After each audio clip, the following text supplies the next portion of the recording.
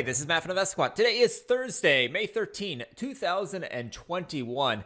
Yesterday, we saw the markets trend lower. We had a big down day in the markets. We closed below the lower Bollinger Band. So it's been a long time since we have seen that take place. We've often seen some closes above the upper Bollinger Band, but on the downside, that seems like it has not happened, at least not anytime very recently. But that did take place yesterday, so we're going to see what has happened historically following a close below the lower Bollinger Band. So let me set this up. All four instruments here are set up as an entry at the open, which is 9:30 a.m. Eastern Time. The exit is set to the close of regular trading hours, which is 4:15 p.m. Eastern Time. Now, currently, we are trading lower in the overnight session.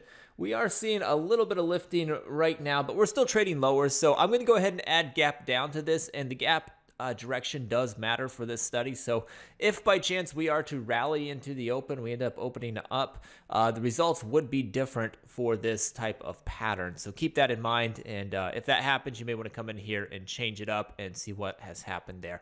But next, I'm going to go into the indicator section. I'm going to grab day after close below the lower Bollinger Band. That comes from our overbought, oversold category. And I'm also going to add that it is above a 200 and below a 10. Probably don't need this below a 10 because the Bollinger Band will take care of that. But I'm going to add it anyway, and then I'm going to click View Results.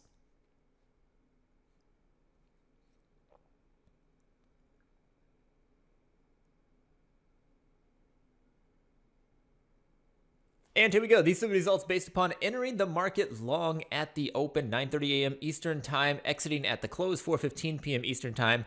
When the prior session closes below the lower Bollinger Band, which is an oversold reading, but above a 200-day simple moving average, it is followed by a gap down at the open. And historically, we've got 48 samples here in the S&P to look at. That's dating back to 2003. There's 37 in the NASDAQ, 56 in the Dow, and 39 in the Russell. So this does not happen all that often.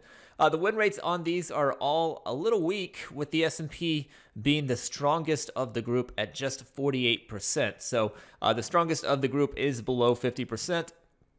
And the weaker ones are in the high 30s. So you've got the NASDAQ at 38%, Dow coming in at 43%, and Russell 38% as well. If we look at the average win and average loss, they are a little mixed here. The average loss is larger for the S&P. That's not the case for the NASDAQ. The NASDAQ has a sizably larger average win than its average loss. The average win is also larger in the Dow compared to its average loss. But the Russell is like the S&P, where the average loss is larger than the average win. So we're mixed on the consensus there for where the bigger average moves have been. But all four of them have closed below the open more often than not.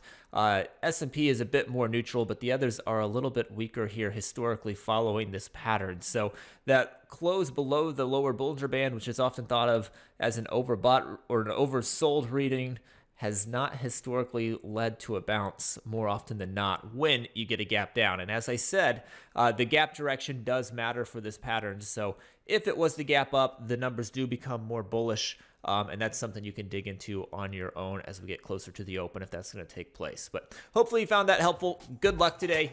We'll see you next time.